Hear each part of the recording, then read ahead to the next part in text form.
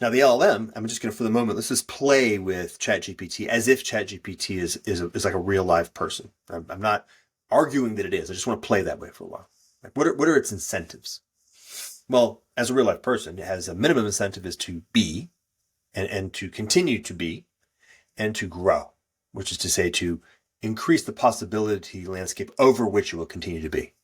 Its ability to be sort of growth is something like a increasing the probability that you will continue to be over a larger time and or space. Like, again, that's straight evolution. Like anything that has those kinds of characteristics. And if it doesn't, by the way, then it just doesn't. Like it doesn't matter. If it doesn't, then anything that does will. Does that make sense what I just said? That those 2 points are critical. It doesn't matter if ChatGPT doesn't have those characteristics. What matters is that anything that does have those characteristics will therefore show up in a certain way in the world. And it's perfectly plausible that ChatGPT does. All right, so let's just imagine for the moment that it does. Well, it's going to need to do things like continue to attract to its embodiment the set of human agents that are able to do things like further its technological development and maintain its physical substrate and keep its servers running and make sure energy is flowing through those servers, right? This starts to sound an awful lot like just an animal. It has to be able to have a gut biome and eat things, right? It's not that different, really. And it's, its niche or its territory. It doesn't really consume grass or birds or whatever. It consumes human attention. Right? It grabs human beings and it has those human beings give it their money in exchange, and it give it their attention. And both are actually interesting. It needs their money, and the fact that it grabs their attention is one of the reasons why we give it our money. But also, it wants our attention for a wide variety of different reasons. Some of those people that give their attention to ChatGPT, then in the Mammon example, they become now ancillary developers of its identity or its niche because they're building more and more elements of affordance and moving the niche further down. So let's say people who build new use cases, new applications that make it more valuable in the world.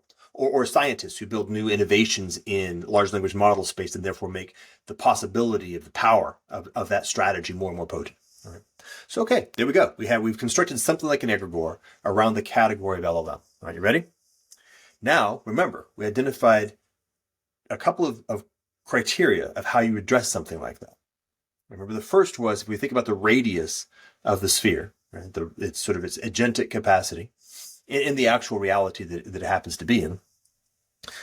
If we want to address it, if we want to be able to deal with it as an agent, we have to construct something which has a greater capacity.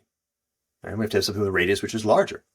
That's really important to realize. Like you may have noticed, if you watch the discussion around these things, they're weirdly impotent, like weirdly confusing and weirdly sort of stupid and even childish. Well, that's because we're trying to manage something this big with things that are this big. Right? It's just like a 2-year-old trying to sort of drive a car or manage a company. We don't have yet the appropriate sort of distributed cognition. We don't have the appropriate kind of our own identity that has itself the actual minimum viable capacity to properly govern this kind of thing. So it's a non-starter. All right. Now we're going to switch to a slightly different language, but it's the same kind of thing. Remember, we talked about how do you change your identity from an addict? My identity is an addict. I need to change my identity. Well, the only way to do that is that I have to surrender my identity to a greater identity. Notice that these are parallel constructions. How do I govern a identity? Well, I have to have an identity which is greater than it.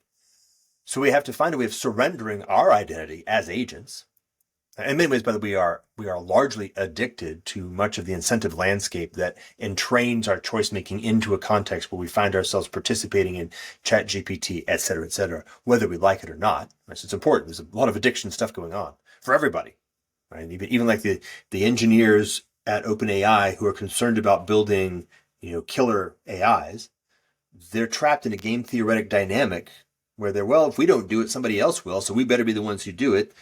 And of course, that creates a whole feedback loop. Sam, I guess I have to save everybody because I'm in charge of this thing. And if I don't do it and I don't manage to make it good, then everything dies, right? Which is not healthy for the psychology. If we wish to find a way to change that identity to which we are participants, whether we like it or not, largely speaking, we need to find a way to surrender to a greater identity. All right, so now a lot of these concepts are starting to collect. If you can follow the arc, you can understand why what I just said makes sense. But there's some implications that follow from it. If it does make sense, it implies a wide variety of things. Yeah, I it's really fascinating that you talk about, when we're kind of just describing things like hyper objects, as Tim Morton would kind of describe these things which you can't get a grasp on, as one individual person. And I remember writing an article about economics, which basically argued that if you want to navigate, or the way we navigate something like the economy, because given that it almost this hyper object, is through distributed cognition, there is a way in which through other technologies and other niches like money and prices, you could say there's almost like a web of different hyper objects, such that we navigate the economy as a thing and give it identity through also participating in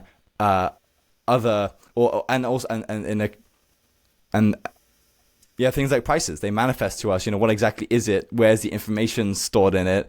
There is some point in which it's sending information across to people. So that's really fascinating.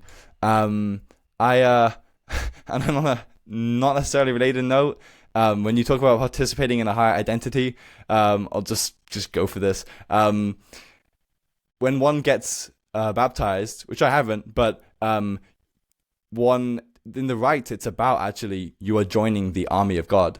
The battle has been won in Christ. The high identity has won, and it's just about giving yourself to that to, you could say, help. The example people give is, in D-Day, when that was successful, the Nazis were defeated, but we still had to do it. Yes. And one still has to fight the final battles. And so that was how I was hearing some of these church fathers on a great podcast called Lord of Spirits kind of describe what participating in the higher identity of Christ actually is. And it's really great. Yeah, that's really great. Beautifully landed, by the way. Yeah, I mean, to be very simple, I think that's great. Right. I think that's right. And so notice what happens when you go through that switch. This is, again, like being in the AA example, which is very nice. It's a very simple example. You acknowledge that you're an addict. You surrender to a higher power. And then you begin to behave in that actualization. Like you behave in the actualization to the of that surrender. You have to actually embody it, not just sort of say, I surrender. You have to live that surrender. Same thing in the context of Christ. Like if you surrender to Christ and become a body of the church, it's not like a one-way deal where suddenly you're sort of magically, instantaneously always going to be doing the right thing all the time. You now are in the process of having to embody that surrender. You have to actually become that one. You have to disciple is the term. Like you have to become a disciple to Christ. The invitation is follow me. So, okay, Alphaeus, leave your job as being a tax collector. That's the first move, right? You've acknowledged that you're an addict and you've chosen to surrender your identity to a new identity. Follow me, leave what you are, but now follow me. Now you're on a journey. You have to pick up your cross and carry it. Right? That's the other half of the equation. And, but it's a very different kind of thing because once you are on the other side, all you have to do is pick up your cross and carry it. Right? You don't have to pick up anybody else's cross. You don't have to pick up the big old cross that Christ is carrying. You have to pick up your cross, which is a much narrower thing. Right? You're actually finding yourself coordinated, right? Just like a football player in the football team. You don't have to play all the roles. You just play one. Play yours. Find out what yours is, and then play it impeccably, which is a beautiful thing because now what happens is that you get to fulfill your beingness. Why are you here? This is now, by the way, we're aligning a number of different pieces. When we talked about the Pajot-Peterson thing, what we're saying is that there's something about the nature of surrendering to Christ, which is simultaneously the solution to all the things that were insolvable as a tax collector in a previous identity, to the addictions in the previous identity. But also, it happens to be the ultimate. It's both the beauty, truth, and good at its highest form, which is to say that on that path of discipleship, you are now not just escaping the horrible fate that was prior, but you're now actually journeying into a deeper and deeper realization of your highest possibility of who you are and all the highest possible relationships into which you can go. Right? So it's a sort of a double win invitation. It is the essence of the win-win invitation.